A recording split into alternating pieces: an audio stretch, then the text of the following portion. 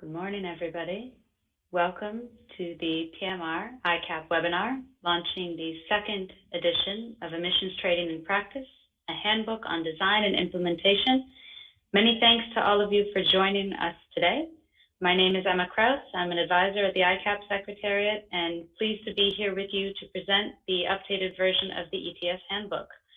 A couple of housekeeping items before we dive into the content.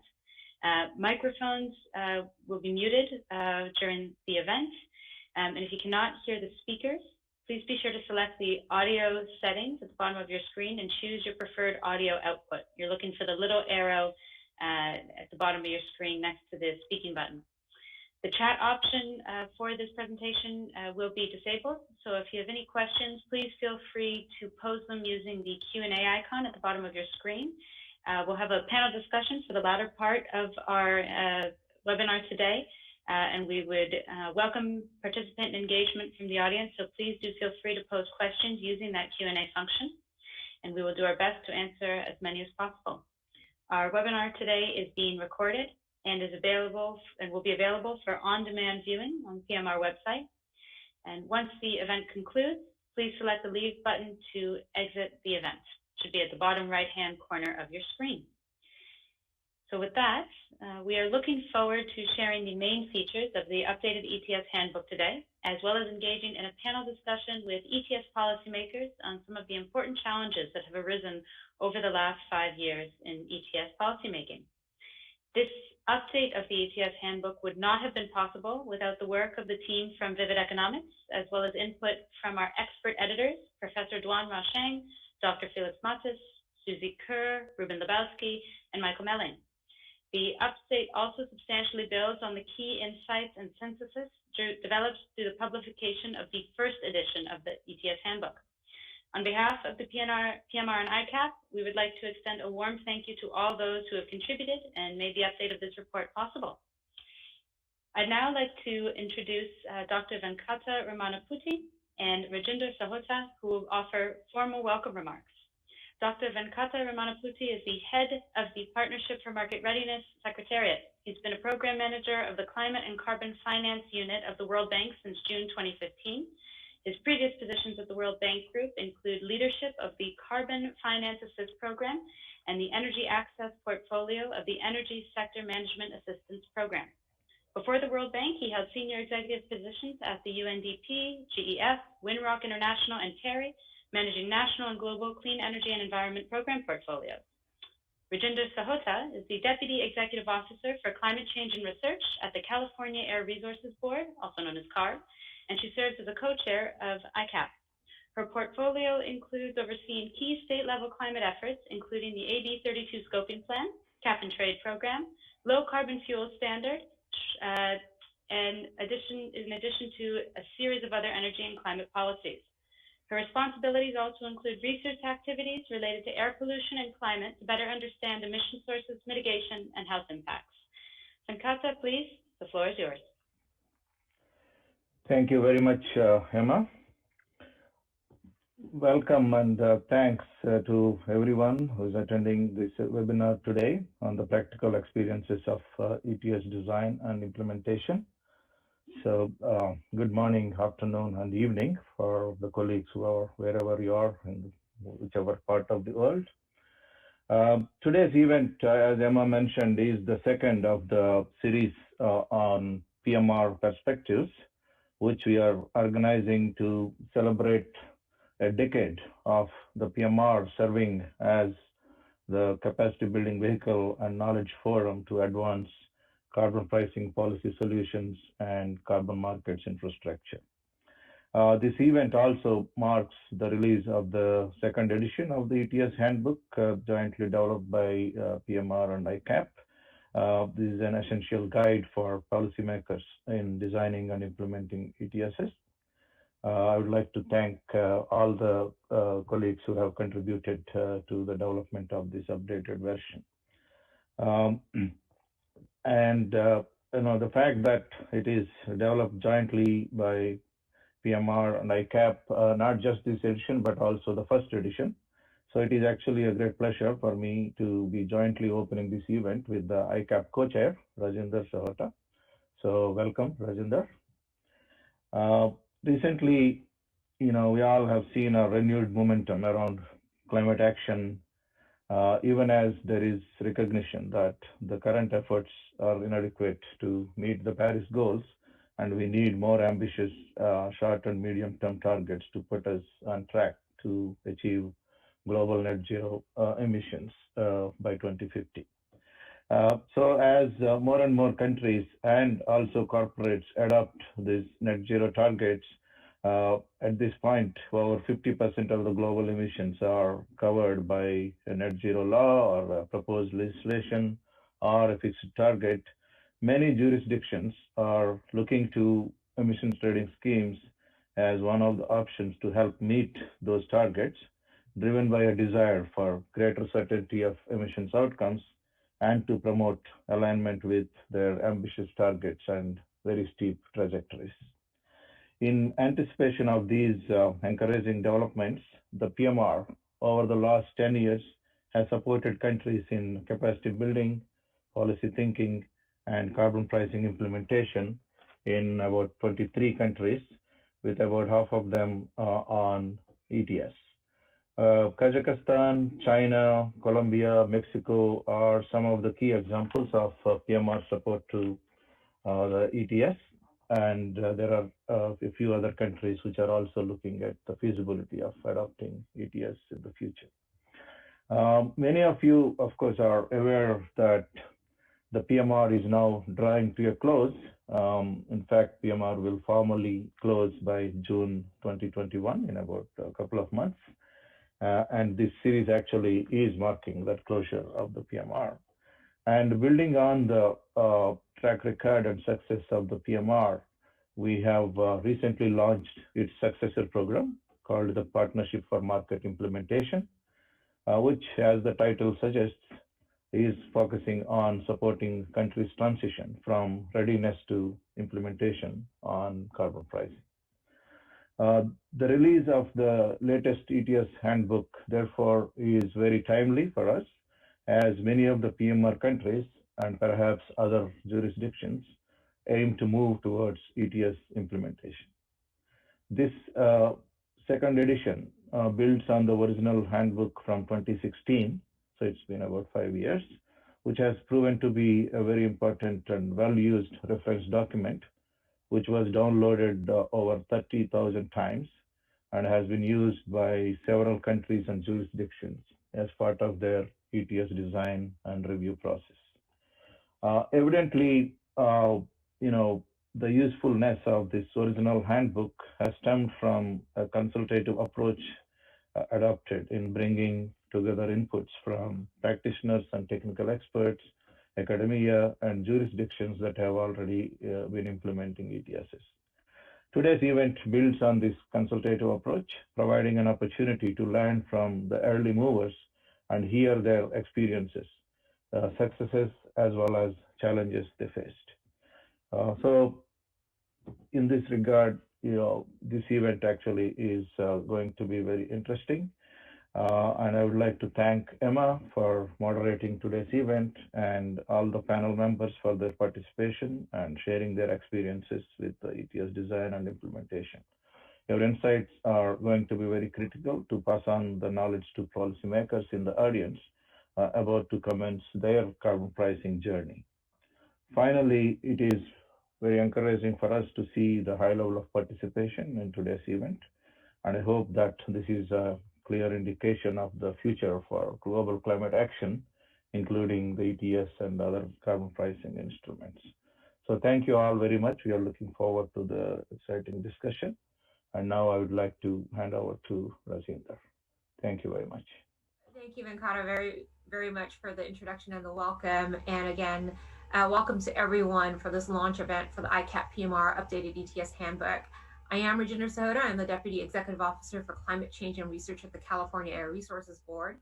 I have also served as a co-chair for over a year and a half, almost 2 years, at the ICAP Secretariat, which is an international forum for governments and public authorities that have implemented or planning to implement emissions trading systems.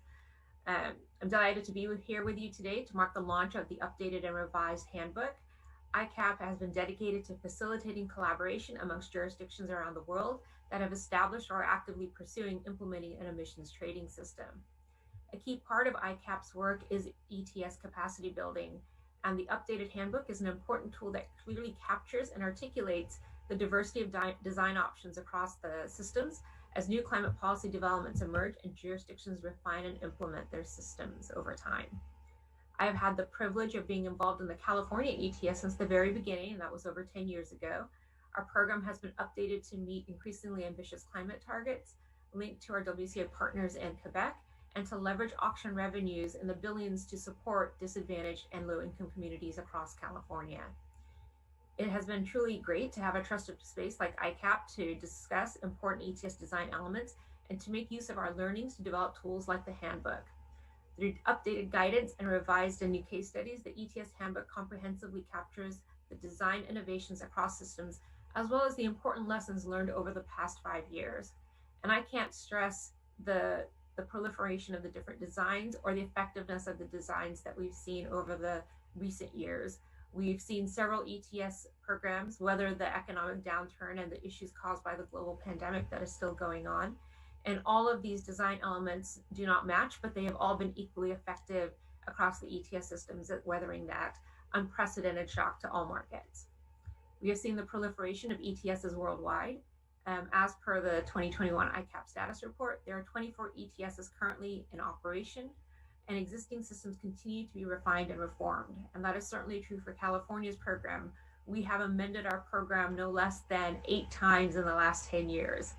The updated ETS Handbook retains key insights and reflects best practices that policymakers and ETS stakeholders can make good use of as they continue to develop, design, and implement their systems around the world. I'm really looking forward to hearing from some of the policymakers during this session. On behalf of the ICAP Secretariat, many thanks for all of you for joining us today, and congratulations again to the ICAP PMR Vivid Economics team for completing this year's document. You will hear later today from my colleague Mark Cipolla about some of the features of California's program. And with that, I would like to turn it back to Emma and wish you all an informative and fun meeting. Thank you.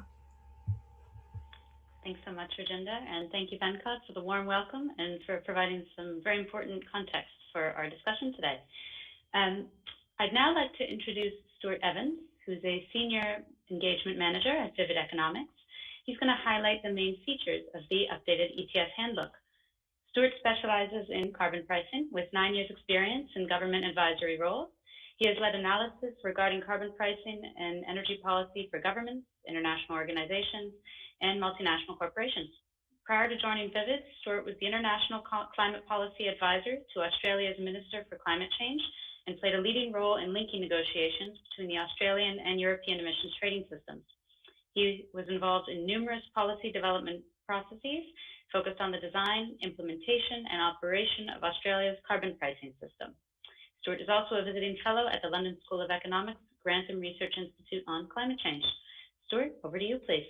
Thanks so much for the introduction. So I'm Stuart Evans. I'm a Senior Engagement Manager at Vivid Economics, where I lead our work on carbon markets and climate policy. And to quickly introduce you to Vivid, if you aren't familiar, we're a leading strategic economic consultancy working on matters of climate, energy, and sustainability.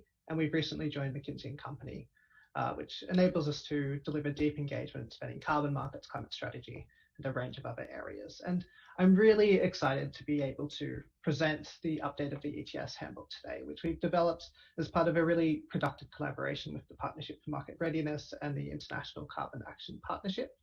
And what we tried to capture was some of the learnings that have occurred as part of the PMR and ICAP's work over the last decade, and also as jurisdictions have continued to engage on emissions trading over the last 5 years, which has been a time of some quite significant change for carbon markets. So to start with, why the focus on emissions trading in this guide? And I guess it's probably not news to most of you joining us today that emissions trading plays a really important role in the global policy mix, with a quarter of global greenhouse gas emissions currently being covered by a carbon price of some form, so either a carbon tax or an ETS. And with emissions trading systems operating in a number of major emitters and economies, such as the EU, China, California, and Mexico, with further expansion expected globally over the next decade. Where they are operating, ETSs are a key tool in driving the economy-wide transformations that are needed to reduce emissions and meet climate targets. And they're able to do this by providing incentives for mitigation that then channels flows of capital and investment and can help unlock innovative approaches to emissions reductions. But in order to do this, ETS design needs to be appropriate for its context. And there's a wide variety of options and decisions that need to be made as part of this policy development process. And this handbook is really intended to help decision makers, to help policy practitioners and stakeholders to work together to achieve these goals.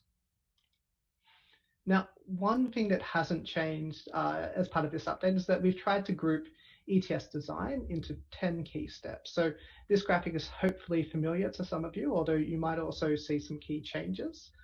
Now, these steps aren't meant to be considered in isolation, as ETS design is an iterative process that really requires you to ensure alignment across a range of different policy measures. But there's, of course, some kind of clear stages that you need to go through as part of this process. Firstly, you need to think about preparation, which is looking at, okay, what should we be considering before you implement an ETS, including how to incorporate emissions trading within a broader climate policy package, and also then to think about how best to engage key stakeholders in the process. Next, it's about looking at establishing the market. And here you need to think through some of the basics of ETS design, such as looking at, okay, what is the scope of the ETS? How do you set an appropriate cap to achieve your mitigation objectives? And how can you allocate allowances through auctions, or in some cases through free allocations, to support a liquid market? When you have the outlines of this market defined, you can then look to ensure that you have the rules in place to manage the market. So this includes ensuring a well-functioning market through the use of price or supply adjustment measures in order to deliver the incentives that are needed, while also having appropriate compliance and oversight measures that ensure the integrity of the system. Then you might also want to start thinking about how you can expand market incentives, looking at the use of offsets in uncovered sectors domestically, and also the option for ETS linking, which can enable gains from trade and reduce mitigation costs across multiple jurisdictions and also multiple sectors. And of course, a big focus of the handbook is on enabling continuous improvement. And here, evaluations and the processes for review are essential to learn the lessons from implementation and development in other systems. And this last point takes us to the rationale for the update, as there's been some really significant developments since the last ETS handbook was completed in 2016, with new approaches, designs, and experiences in jurisdictions that have introduced or been operating these systems. So this includes new emissions trading systems in a number of jurisdictions, including Mexico and China, and the expansion of emissions trading to previously uncovered sectors in jurisdictions with a carbon price, such as through Germany's planned heating and transport ETS. There's also been learning and refinements in existing ETS, including on managing carbon markets through price or supply adjustment measures, and in developing new approaches to addressing carbon leakage. We've also seen geographic expansion of emissions trading, including the link of the EU and Swiss emissions trading systems, and expansion of programs such as RGGI to Virginia and New Jersey. And we also can learn lessons from ETSs that are still in development in countries like Colombia, Ukraine, and Indonesia.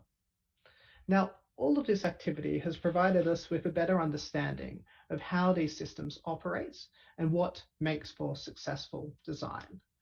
And it really underscores that ETS design is an evolutionary process, with appropriate approaches changing with context. Now, there are updates and improvements that have been made across all the sections of the handbook, but for this session, I wanted to focus in on a small number of these lessons. Mostly focused on approaches that improve the functioning of emissions trading systems. So this includes new developments in managing carbon leakage and implementing these price or supply adjustment measures I mentioned. and then discussing opportunities to expand the footprint of emissions trading by looking at the expansion of ETSs to new sectors, or also looking at ETS linking. So to start with carbon leakage and allocations, and carbon leakage has always been a challenging issue for emissions trading. But over the last few years, there has been some encouraging movement to develop best practices and new approaches. And the first area I want to focus in on is the use of benchmarking approaches to free allocation, as this has really now emerged as the globally preferred method of free allocation, given its several advantages over alternative approaches such as the grandparenting of allowances. Now, benchmarking operates by breaking the link between a facility's historical emissions and the free allocations that they receive, usually by providing assistance on the basis of industry average emissions intensity or some form of best practice benchmark. Now, this approach acts to reward lower emissions producers and maintains clear incentives for investment in emissions reductions. These benchmarking approaches are often paired with what's called an output-based approach to free allocations, whereby allocations are provided for each unit of production of a given good, which delivers more complete protection from carbon leakage and maintains abatement incentives. So given these advantages, we see more and more ETSs looking to use this approach or considering transitioning to some form of this approach as part of their longer-term policy development. So this is one area of rapid change. Another one has been in the use of border carbon adjustments, which is really starting to gain some traction globally, particularly with the EU designing a potential carbon border adjustment measure, and with several other jurisdictions also considering similar measures. Now, these approaches have the potential to reduce carbon leakage risk and increase participation of hard-to-abate sectors within carbon markets. The fundamental idea of these adjustments is to ensure that international competitors also face a carbon price incentive within domestic markets. So this is generally done by adding a carbon price of some form to imports, and potentially also adding an offsetting payment for exports to make sure to continue competitiveness in foreign markets. Now, this improves incentives for mitigation by enabling greater domestic demand response for high emitting products. And it also increases participation in the market as it acts as an alternative to free allocation. So this means that some industrial actors may need to trade to a greater extent to meet their carbon liabilities and therefore be more active within the market. And it also provides potential benefits to governments by increasing the use of auctioning and therefore some of the revenues that you can receive from a carbon pricing mechanism. So here we have two approaches where we've seen significant learning and change that is helping to improve the efficiency and the effectiveness of carbon markets. And that takes us to the next major development that I wanted to touch on, which is the implementation of what we're calling price or supply adjustment measures to help manage carbon markets. Now, I know the acronym PSAM doesn't necessarily roll off the tongue, but these are really important instruments that are now common practice for emissions trading systems. So we wanted to have some sort of category to put them under. As at the moment, we see all major carbon markets incorporate some form of PSAM into their design. Now, these measures seek to ensure that ETSs are flexible to changing market circumstances. And in doing so, that they achieve both the price and emissions reductions outcomes that are needed to deliver both on jurisdictional targets, but also to ensure an efficient long-run emissions reduction trajectory. Now, these measures come in a wide variety of forms, but we also see some clear emerging preferences from jurisdictions on this. This includes a preference for these measures to be rule-based rather than discretionary, which means that there are clear predefined criteria for when a market intervention may occur. Most of these approaches also use price triggers to manage supply, although there is a notable exception in that the EU ETS Market Stability Reserve responds to quantity-based criteria. And in the example of RGGI that we see in the right-hand panel, you can see that it uses both binding auction reserve price to ensure a minimum level of price incentives, and a cost containment reserve that triggers releases of allowances when prices rise above a certain predefined level. Now, both of these mechanisms have been triggered at various points in time to help manage reduced price trajectory, and we also can see that the breadth of this corridor has increased somewhat over time, which provides a bit of greater scope for market-based price discovery. Now, the operation of ETSs has been improving over the last decade, as I think we've seen from the price outcomes that we're also seeing in markets. But the footprint of emissions trading has also been expanding. And in the handbook, we talk about two of the trends that enable this, which relates to both the expansion of scope and also new approaches to ETS linking. So to start with scope, historically, we've seen that ETSs have tended to focus on sectors like power and industry. And this still remains the case to some extent with almost all emissions trading systems, including these sectors. However, we're also seeing an increasing tendency for jurisdictions to look to cover other sectors in an ETS, such as buildings, transport, or waste. So in some cases, this has been through the expansion of scope of an existing ETS, but it has also been through complementary emissions trading systems, which are being considered in some jurisdictions where there is already an ETS. So examples here are the Transport and Climate Initiative that is being considered in the northeastern US, and also Germany's Transport and Buildings ETS. When approaching coverage decisions, it is clear that these new sectors might need different approaches. And this is because these sectors often include a large number of very small emitters, whereas the industry and energy sectors often include a small number of very large emitters. And generally, the approach that policymakers take when covering a source of emissions is to look to put the liability as close to the point source of emissions as is possible. So as close to where the emissions are actually going into the atmosphere. And the idea behind this is to provide clear incentives for emissions reductions by making them proximate to where those emissions are occurring. However, for these sectors, this is not necessarily appropriate, as you don't want to be having any person who is driving a car or every household that's cooking dinner being covered by an ETS. So instead, for these sectors, we usually look to identify a concentrated point in the supply chain, at which point we're able to levy liabilities. And you can see this in the graphic on the right-hand side. So if you look at the different sectors, you see that the concentrated part of the supply chain will often differ. And because of this, in the case of the transport sector, the point of regulation of an ETS tends to be upstream, with either producers, importers, or distributors of fuels being covered.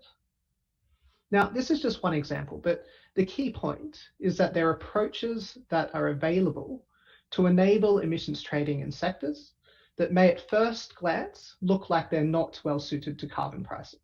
And the handbook provides a lot of advice on how this can be enabled.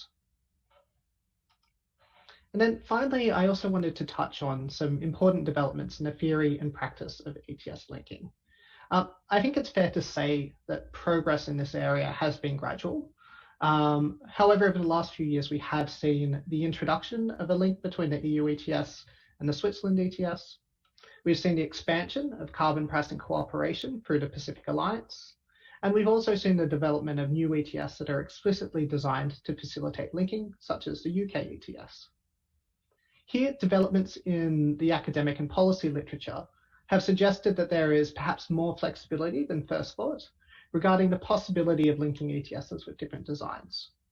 So what we see is a consensus emerging that full alignment of design is not needed for linking to occur, but rather alignment in key areas may be sufficient to facilitate linking. So for instance, coordinating the type of cap and the operation of offsets may be required, alongside measures to ensure comparable outcomes in areas such as market regulation.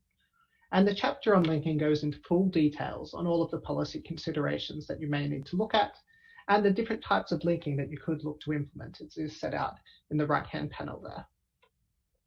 And I think this is an area where we hope to see significant developments over the next 5 to 10 years, particularly as rules governing international carbon markets are finalized and as the number of ETSs operating globally continues to expand. And this takes us to our final slide, where I want to talk briefly about the role of learning in ongoing ETS design. Because what we've seen throughout the process of updating this guide, and I think more generally what we've seen over the last decade of experience with emissions trading, is that ETS implementation and ETS policy are not static. That despite the simplicity of emissions trading as a concept, there's actually significant granularity in ETS design. And because of this, best practices tend to evolve over time. Now, this is going to continue as emissions trading continues to expand, to operate in new jurisdictions and in new contexts. And we can see the growing footprint of emissions trading on this map, and the fact that it is starting to move into a much broader set of jurisdictions than it has in the past. So this means that policymakers should be prepared for this change and be ready to implement improvements and tweaks to design as circumstances require. This also means that we should adopt a mindset that incorporates ongoing assessment and evaluation of policy design and encourages this policy evolution over time. In doing so, policymakers can ensure that these necessary changes are both well planned and well executed, which in turn is going to enable emissions trading to remain at the center of an effective policy mix. And with that, I think I'll pass it back to Emma to start the panel discussion. Thank you all very much for your time. Thanks so much, Stuart. Really appreciate the presentation and some of the insights into a lot of the key changes that are included in the second edition of the ETS Handbook. So we'll now turn to our panelists who represent a range of jurisdictions that have implemented or are considering implementing an ETS. To kick off the discussion, each panelist will provide a bit of context, sharing their experiences designing and implementing an ETS. And after their inputs, we'll turn to your questions and do our best to answer as many as possible. So do please keep those questions coming through the Q&A box at the bottom of your screen. I'll first introduce each of our panelists and then hand the floor over to Mark Cipolla. So Mark Cipolla is an Air Resources Supervisor at the California Air Resources Board. He started working with California's Cap and Trade program in 2014 and currently manages allowance allocation for the program.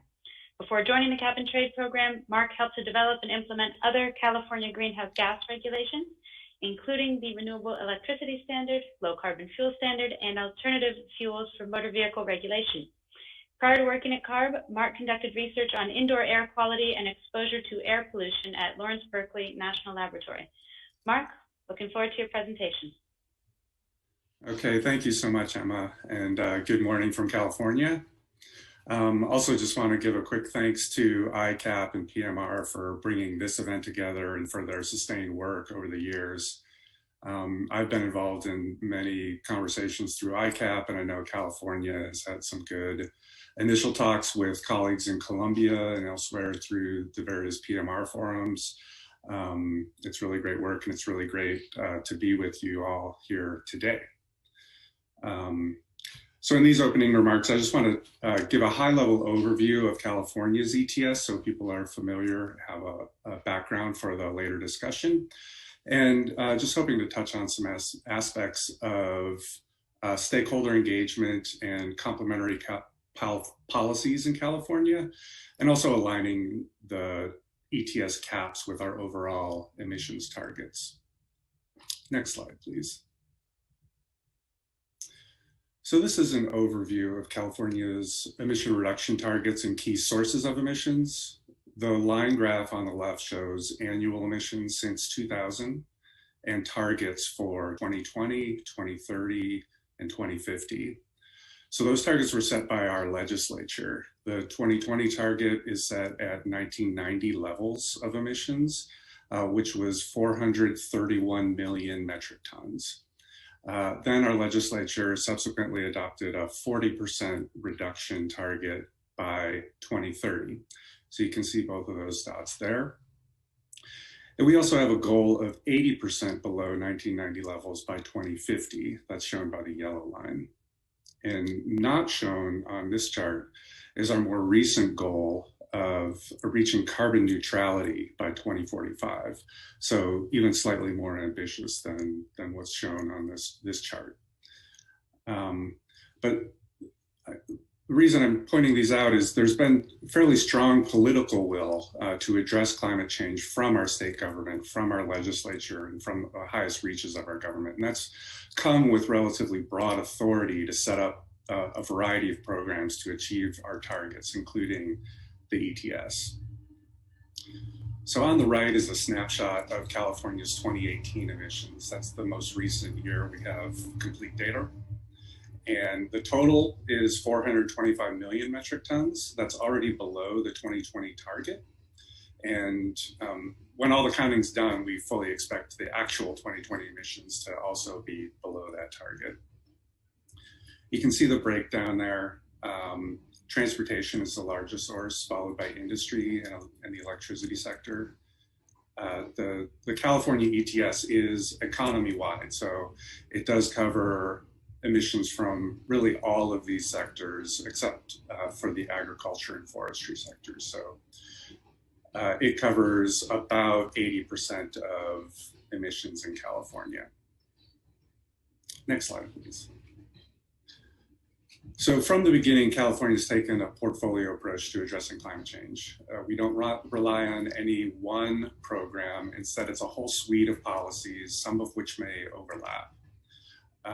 This includes a renewable portfolio standard for the electricity sector, a low carbon fuel standard for transportation fuels like gasoline and diesel, measures to enhance building energy efficiency, advance electric vehicles, support clean freight transport, and measures to limit short-lived climate pollutants from agriculture, landfills, from refrigerant use. And it also includes the economy-wide ETS, which again covers about 80% of our emissions. And that includes large industrial sources, electricity generators, electricity imports, the transportation fuels, and all natural gas use. There's also elements where proceeds from the ETS auctions are invested back into the communities to further reduce emissions. So the California ETS was designed to interact with and complement all of these programs, and they've each kind of had their own evolution. So, there is a continual kind of monitoring and adjustment that goes along with this.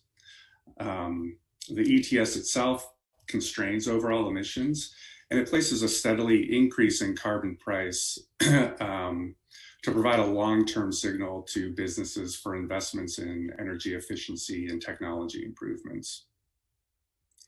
Each of these measures really needed robust stakeholder engagement to be developed. Specifically for the ETS, there were dozens and dozens of public meetings to discuss initial concepts and alternatives on various provisions. Early on, there was, even before the ETS was initiated, there was collaboration among subnational governments in North America, US states, Canadian provinces, to develop harmonized ETS design elements that would facilitate future linkage.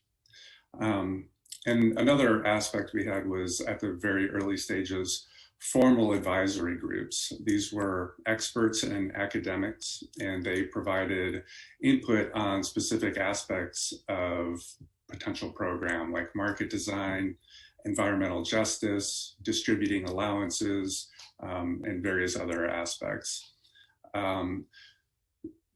This process is really, really valuable. It's costly, it's time consuming, but it really leads to ultimate success. It's crucial for getting public buy-in from all stakeholders to work to accommodate different views. And a robust process can really help design an ETS which really fits the needs of a jurisdiction. Next slide, please. So this slide shows the ETS annual caps through 2030.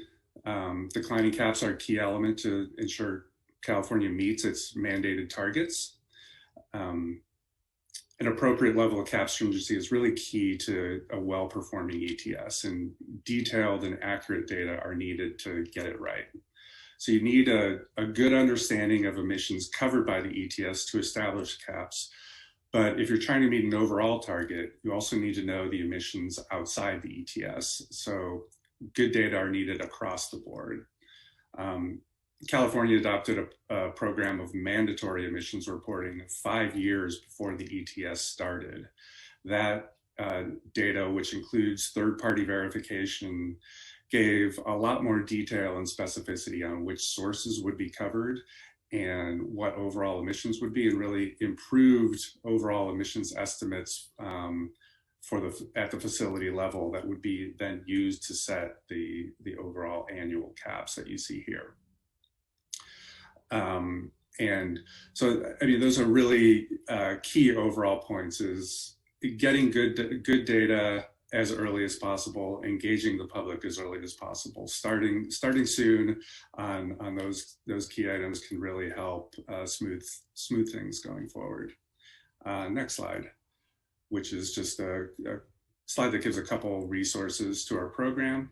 And I'll just say thank you. Looking forward to the discussion, and I'll hand it back to Emma now. Thanks so much, Mark. Really good points to highlight indeed, engaging the public early on and getting good data available to be able to feed into the overall program design. I'd now like to introduce Adriana Gutierrez. Adriana is an advisor on climate change and risk management at the Colombian Ministry of Environment and Sustainable Development. She is the lead for Article 6 negotiations at the ministry, and she is an internationalist with a master's degree in carbon management and works on developing climate change plans, project monitoring, and GHG inventories. Adriana, we're looking forward to hearing from you. Hi, everybody. Thank you for the invitation. I'm going to speak quickly on various of the things that we have been doing in Colombia. Please, next slide. So I'm going to start right now. We have worked on a really solid framework on public policies on climate change, and in this framework, we can stand out the National Policy on Climate Change, which was created in 2017, in which we have established 5 strategic lines and 4 instrumental lines with which we expect to have most of the economic sectors involved in the climate change planning. Likewise, we have the climate change law, which was stated on 2018, and apart from giving force to the national policy on climate change, it also creates various instruments such as the emissions trading system, which in Colombia is not called ETS literally, but National Program for Tradable Emissions Quota. That's the name of our ETS specifically, and is an instrument that we seek to use to contribute for the GHG mitigation and also have a cost-effective way of having an accomplishment on the NDC agreement. We also have the Green Growth Policy, which was also a document created in 2018, and it seeks to ensure the green growth of the country, to have a sustainable use of the natural capital, and include social variables, as well as have a comprehensive roadmap of 2030, considering the various sectoral challenges that we have right now. Additionally, Colombia has joined the Coalition for Climate Ambition to move forward and towards to our carbon neutrality in 2050. And this was an announcement that the president made in 2019 during the COP 25, and also during the reunion that it was done in New York. This has led to Colombia to work hard on the establishment of the long-term strategy, which we call the E50, will be communicated and published this year. But also as well, we have to mention the National Determined Contribution, which was published last year in December, and in which we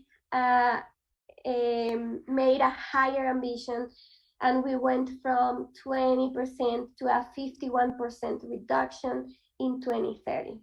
Well, we have to highlight our previous carbon pricing instrument, which is the carbon tax. It was created in 2016, and together with the carbon tax, we have the no causation instrument, so the carbon neutrality instrument, in other words. And with this instrument, we were able to establish a local voluntary market.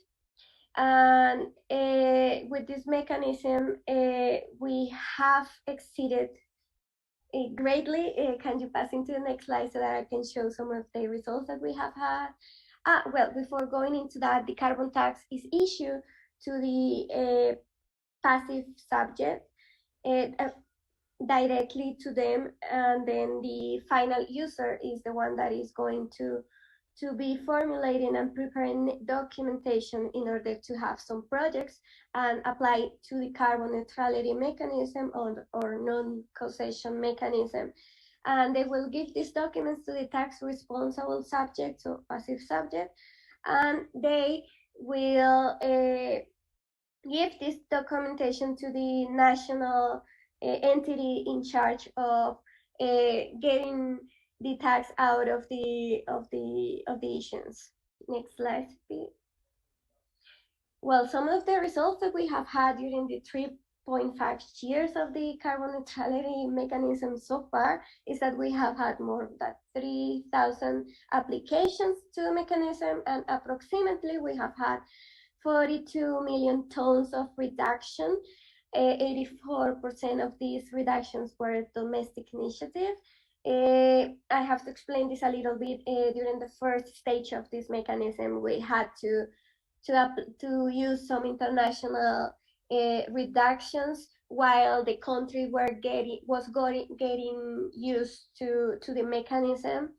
But now we are not using none of the international reductions, and all of the reductions are domestic ones.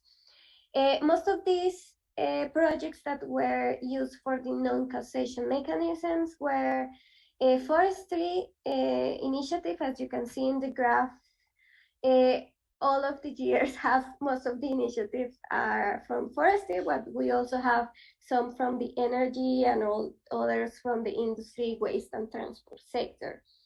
We are looking right now on how we can incentivize to have these other sectors, so there are more initiatives into this.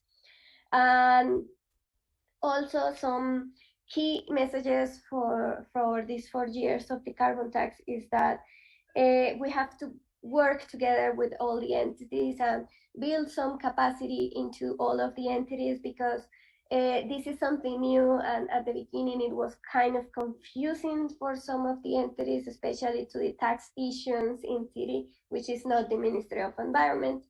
And we have to create this capacity. And also it is important to strengthen the national institution, and that's done through the creation of associations and also some other kind of tools that we actually right now are trying to also strengthen in order to have a really big voluntary market. Next slide, please. We are now on the creation of the National Emissions Trading System, which I mentioned at the beginning. During this year, we will be socializing all the proposals that we had and the studies we made thanks to the World Bank. And we will have some of the general regulations. We have been trying to have these creations in different phases so that we have an effective results.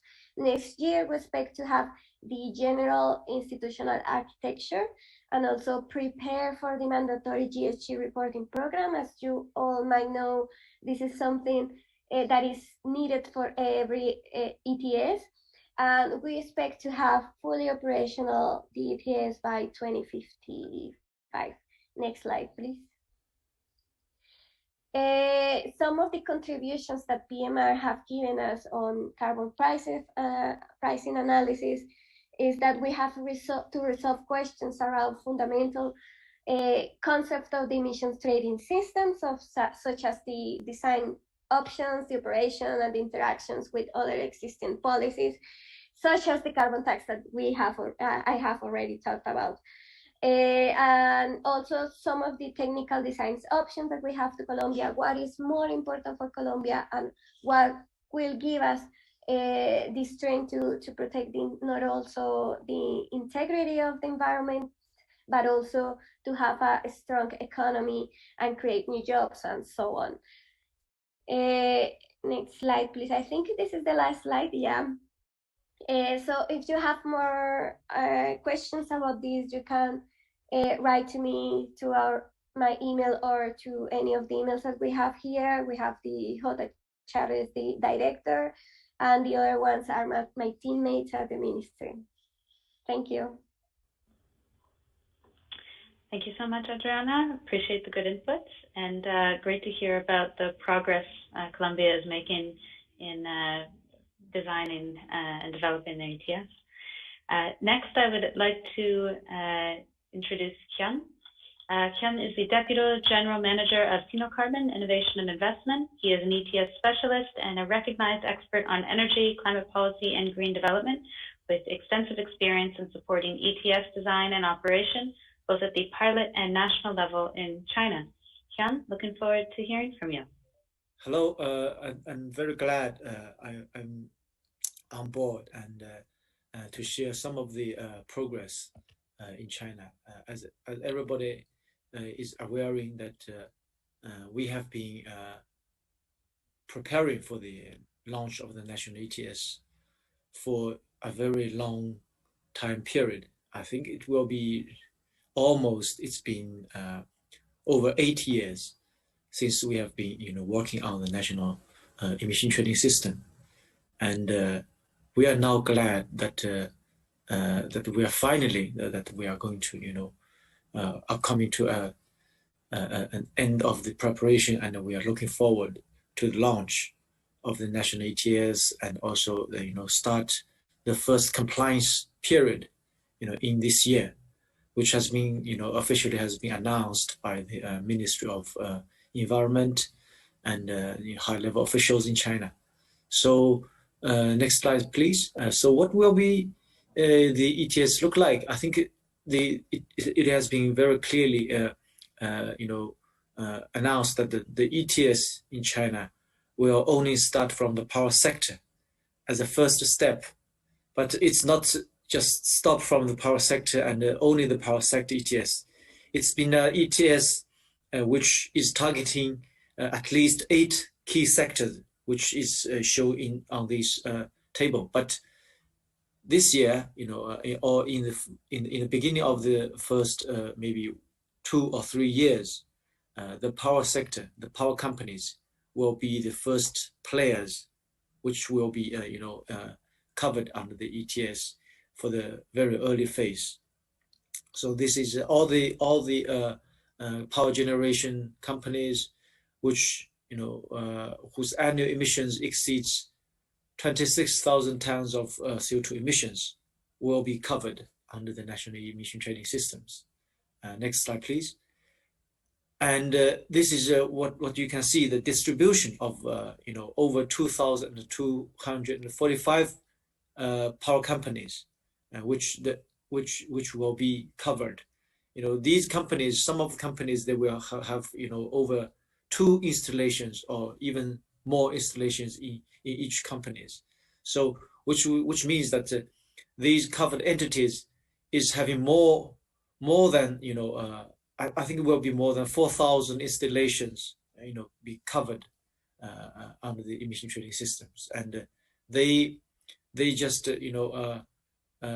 account for about 40% of the national total CO2 emissions which the emissions will be roughly 4 billion tons of CO2 emissions. And as you can see from this table, some of the provinces like Shandong province, they have a very large number of power companies. Some of the provinces, they only have limited number of these companies. These are because it depends on different provincial or regional or economic circumstances, and also some of the provinces are energy consuming, large energy consuming provinces. Some of the provinces are energy producing provinces. Some of the provinces are very focused on ecological protection, and they don't have so much industry. So it's very diversified distribution of these power generation companies across China. Next slide, please. What is the first compliance obligation? I think they have the official has been announced that we are going to have a first compliance in the year of 2021, but the compliance obligation is for the emission of 2019 and 2020. So the compliance will be for 2 years, 2-year operation of these power generation companies, and so the government is working on a lot of remaining issues to make sure that the compliance will start as soon as possible, including the verification of the verified data from these companies for the 2 years, and also the allocation of the allowances to these companies, and of course the infrastructure, the registry system and exchange systems are also under the final test phase to make sure that they will be online and be functional by the middle of the year. But companies, this is the first compliance year of the emission trading systems, and we can understand that both the allocation, and also the liabilities for these companies are, in the beginning, is very limited liabilities for the covered entities. For example, the natural gas power generation companies, they will not required to surrender shorted allowances if they have shortages. And for the coal-fired power generations in the first year of obligation, they will only surrender 20% of the shortages of their compliance obligations. So you can understand that this year is just like somehow like a testing round of the operation of the national emission trading system to make sure that the system is under operation, functioning well. The verification procedure works well. The reporting is going on the right track. Allocation is we're doing a good allocation system, or we understand the challenges of allocation and where we need to improve the whole allocation system. So the timeline, next slide. The timeline for the year 2021 is we have 2 timelines. The first timeline is for the power companies. The second timeline is for the other sectors, which is not yet included in the emission trading system, but they are already subject to reporting and the verification of their data. So by April 30th, the power sectors will be finishing reporting through an electronic platform which has been established by the MEE. And by June 30, all of these power companies will be, the data will be verified by a government designed verification procedure and a verification working program, which has already started the operation for the verification of the data. For the rest of the sectors, they will be required to finish reporting by September 30th, and also finish the verification by the end of the year, which is December the 31st. But the confirmation of covered entities is the government will finally, after the verified data, they will have a final list of the power companies who will be joining the national emission trading system. And also by September the 30th, after we have the verified data, we will finish the allocation to all of these power companies. Of course, the allocation will be based on benchmark, and it will be benchmark-based allocation, 100% for free allocations. In the beginning, there was no auctioning, although auctioning is on the timetable, and we will gradually increase the share of the allowances to be auctioned as a means of distribution in the future. But in the first year, we don't have auctioning. The compliance deadline is the end of December the 31st.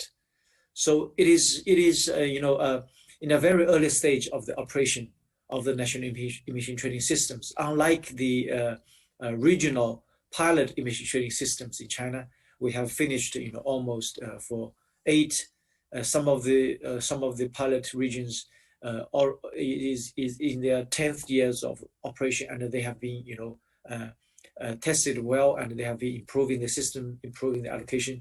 But to the national emission trading systems, the power emission trading, the power sector's emission trading systems will gradually we will improve, and a lot of issues remains to be observed and remains to be improved. For instance, the allocation, we need to understand whether the current benchmark is a very effective benchmark which will send clear signals and will create incentive for the power companies to reduce their greenhouse gas emissions. And the other case is that since the allocation is on benchmarked system, we will still need to understand what is the link towards our national objective, because China has recently announced a national target to achieve peaking of CO2 emissions before 2030 and achieve carbon neutral before 2060. So it's a long-term. There was a long-term objective for the overall national emission target, and we're going to have a national cap on the when we have peaked the CO2 emissions. So it is very likely and it is very natural that we will understand what is the role of the ETS in contributing to the peaking of the national emission, and how the emission trading system will gradually we will have a cap which is linked to the national emission cap is something that we need to be figure out very quickly or very soon after the emission trading system is in operation. And also I think that the government is also looking at some of the issues. For example, the overall emission reporting and verification system, how these reporting and verification systems will be working line in line coherently with the overall environmental data management and monitoring system. So they want to create synergies for different reporting and verification data collecting systems.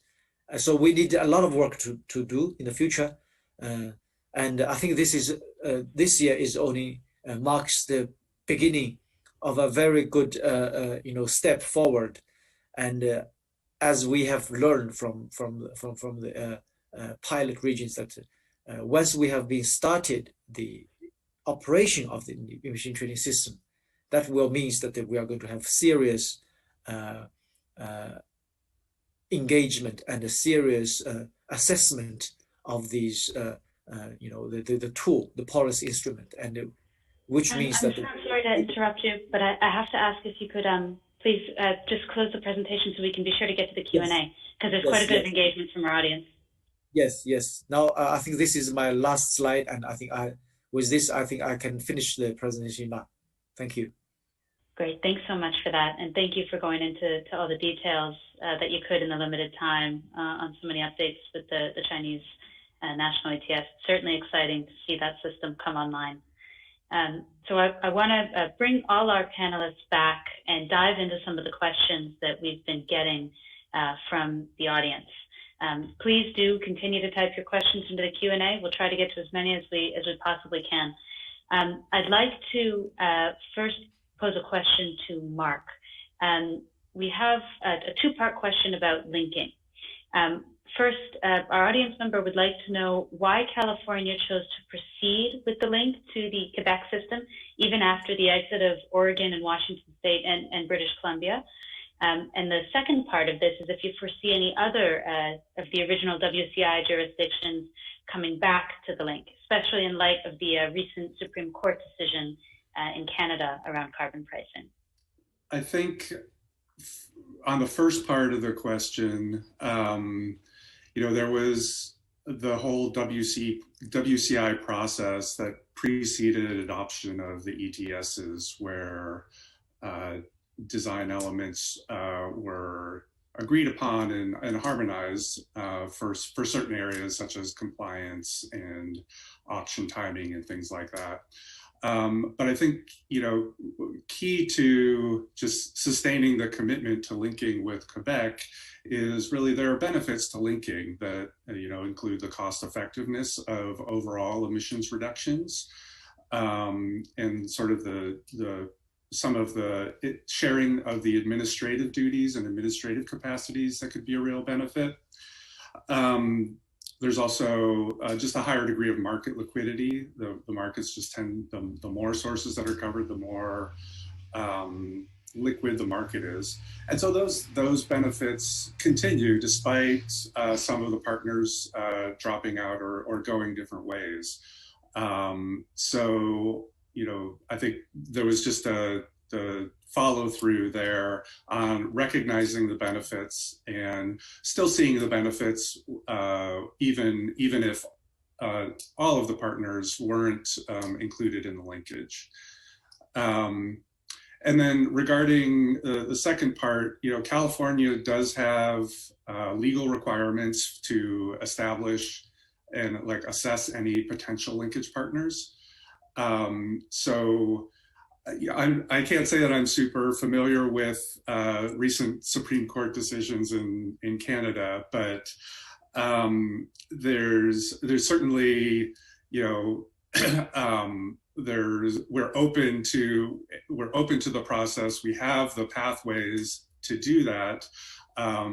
The assessments that we do have to do with the kind of stringency of programs, maintaining certain enforceability and liability across jurisdictions.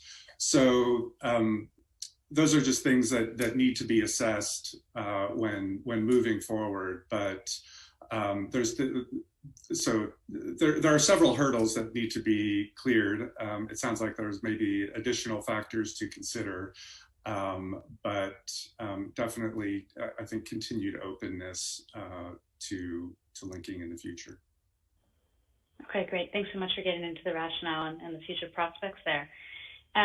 Next question I would give to Hyun.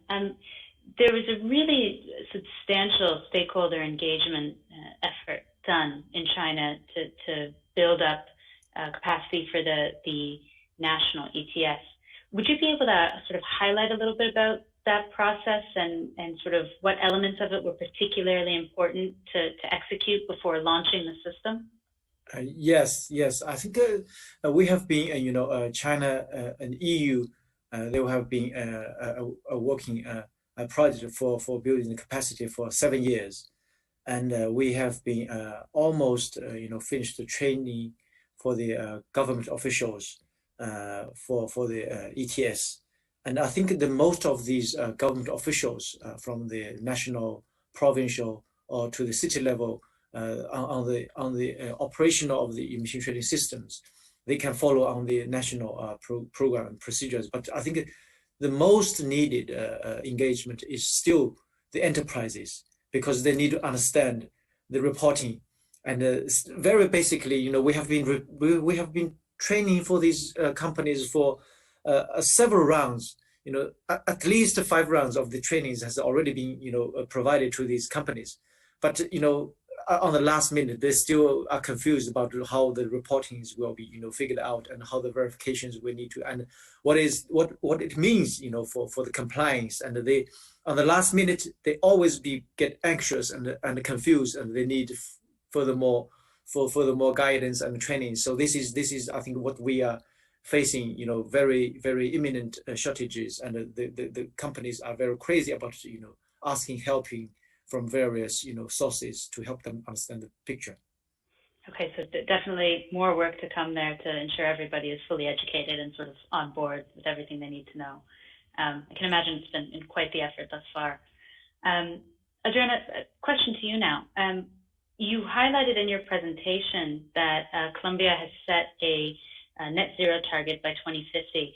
I'm wondering if you could sort of get into for us how the ETS fits into this 2050 target. What role does it play what will it play rather to ensure Colombia achieves that target?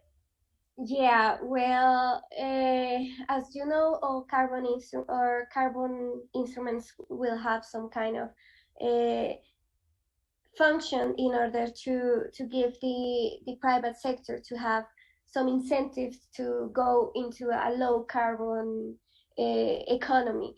So we expect the ETS to strengthen not only our compromises on the NDC, but also the 2050 strategies.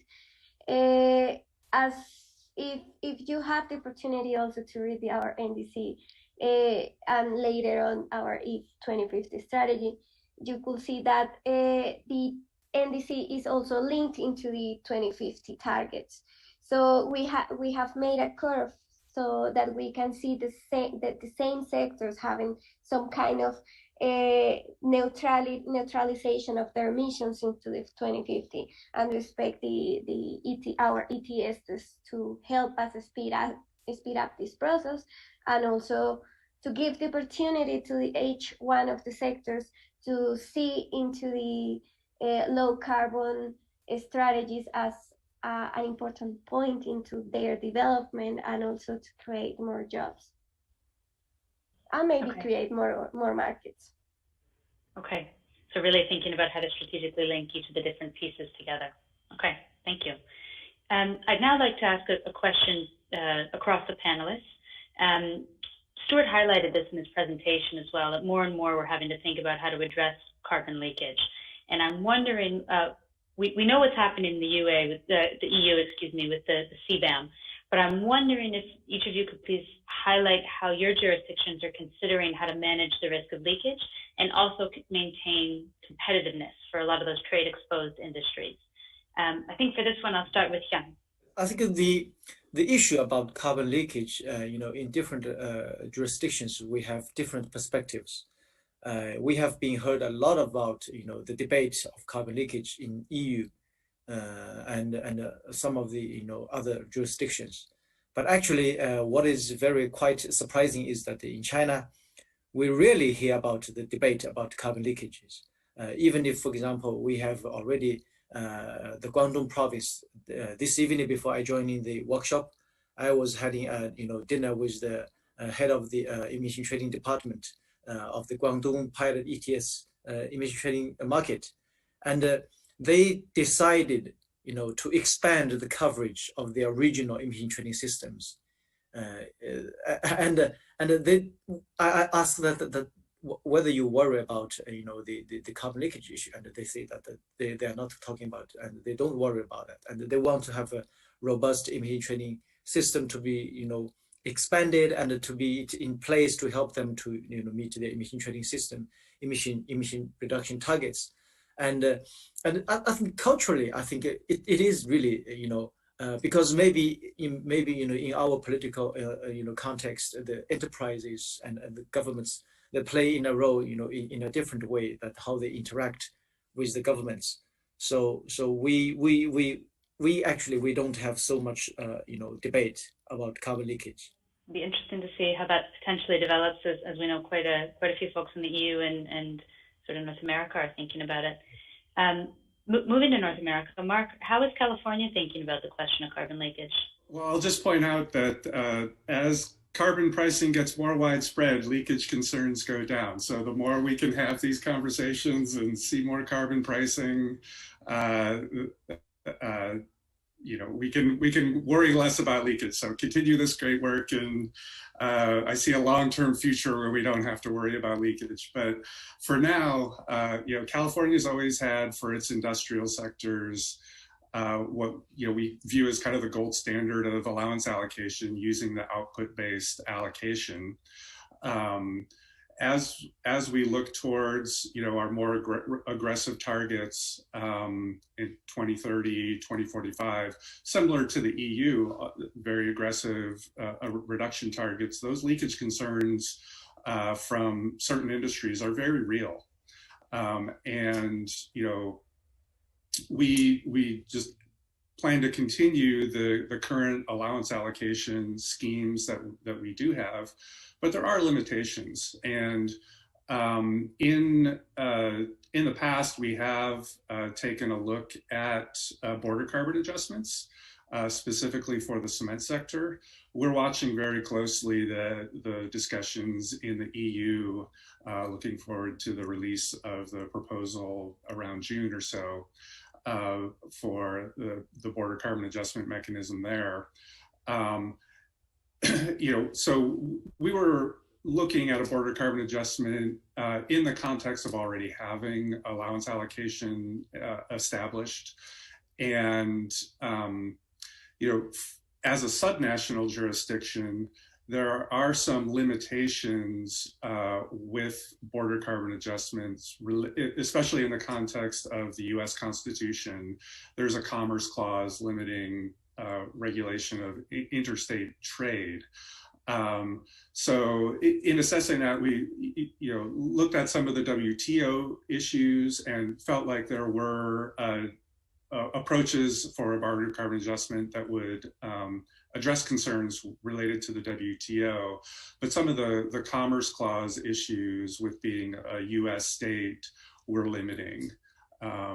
And I think there was also a recognition of potentially limited availability of data and kind of some of the challenges of setting in following the EU discussions, there really are sort of a head spinning number of kind of variations on how the border carbon adjustment could be designed.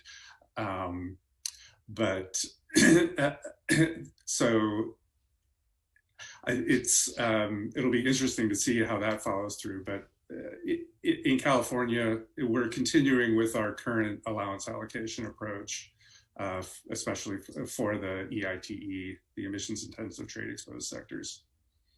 Okay, thanks for walking us through that, especially that distinction as a subnational is something interesting to keep in mind. Will definitely be interesting to see also if the Biden administration chooses to sort of take up this issue more strongly. Adriana, over to you. It would be really interesting as a system that's still in the midst of designing itself and sort of going and developing.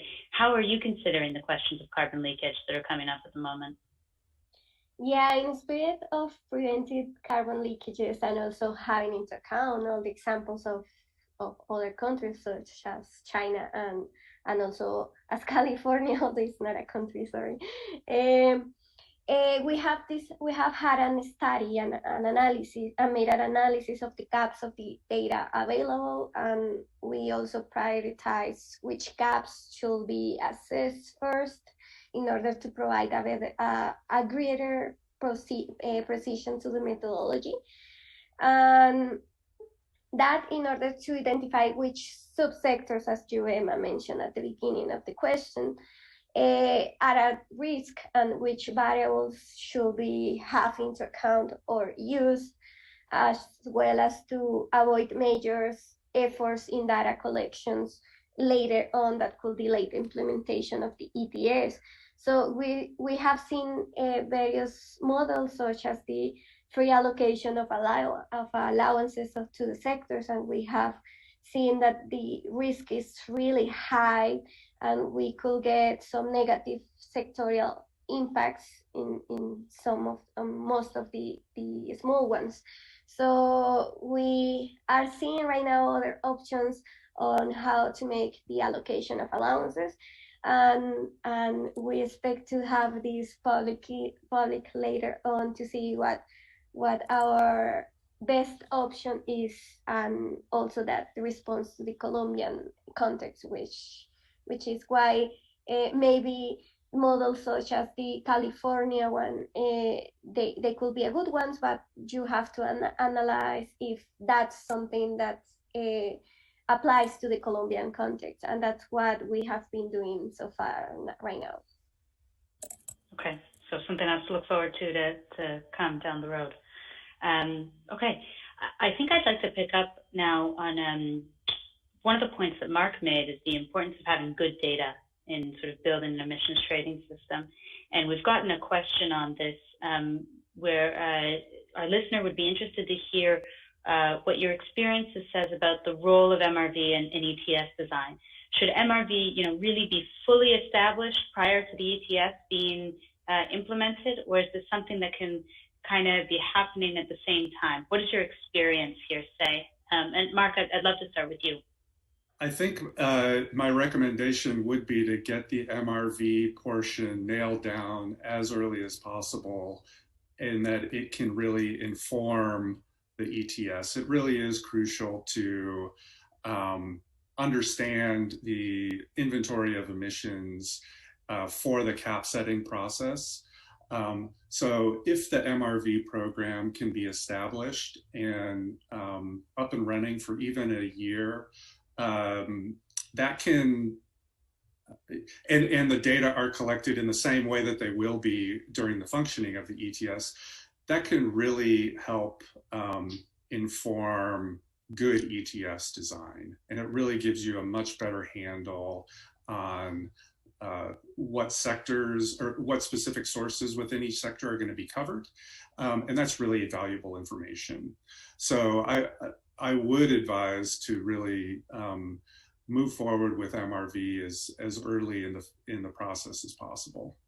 Great, thanks for that. Adriana, how about from you? How is Colombia looking at this as they're developing their system? Yeah, we expect to have different phases and instruments in order to do the monitoring process. And the first one, as I said during the presentation, was sorry, I forgot the name.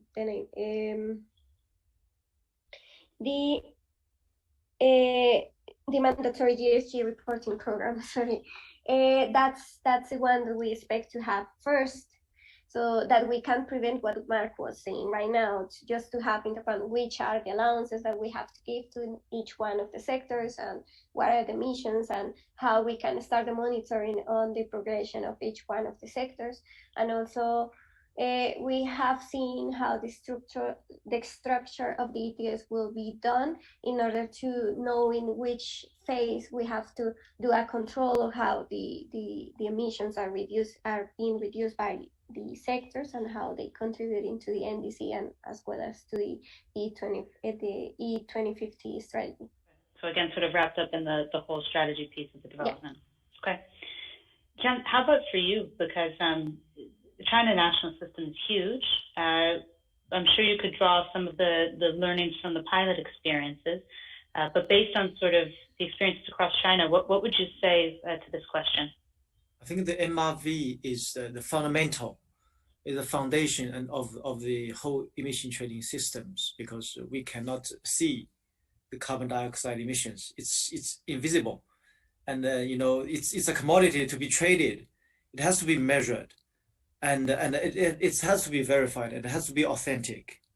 So this is the foundation of the emission trading system. And I think before we launch the emission trading system, I think it is very useful to have an emission reporting and a verification system for the enterprises. Even if you don't have an ETS, it is still useful to have this kind of reporting systems to be in place. And I think if you have a very strong, robust reporting systems, which will help you to have an emission trading systems. But for example, why we only have the power sectors to be studied in the first beginning, because we are confident about the data for these from these companies, but we are not very confident from the data from the other sectors because about the complexities of the reporting and the verification.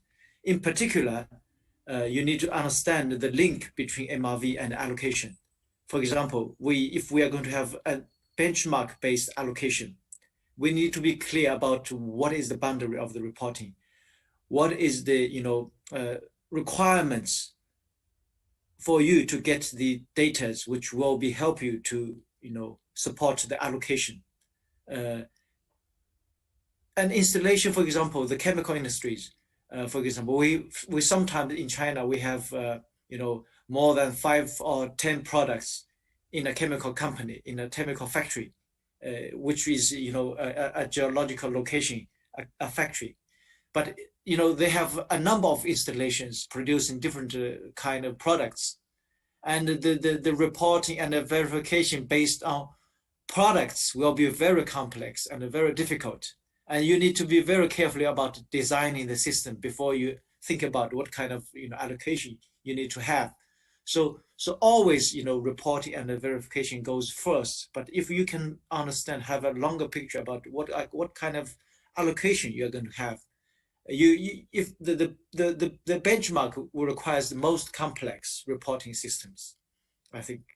So you need to balance the feasibility, the capacity, and the accuracy. So you somehow in the beginning you need to have a balance to make sure that everybody can follow you. Not the most complex MRV is useful, but it's difficult in the beginning, and it will deter the potential participants, and maybe it will creates confusion in the beginning. So I think step by step, but still MRV is the most important and deserves a lot of capacity buildings to help the participants to understand. Thank you. Yeah, thank you for that input, and also for connecting it to show how it's a key piece that really helps to build the foundation. I think that's a point really highlighted by Mark as well. Well, we have more questions, and I would love to ask you guys a couple more, but unfortunately, we've run out of time. So before sort of wrapping up, I first want to say a very big thank you to all of our panelists for taking the time today to speak with us and for their excellent presentations.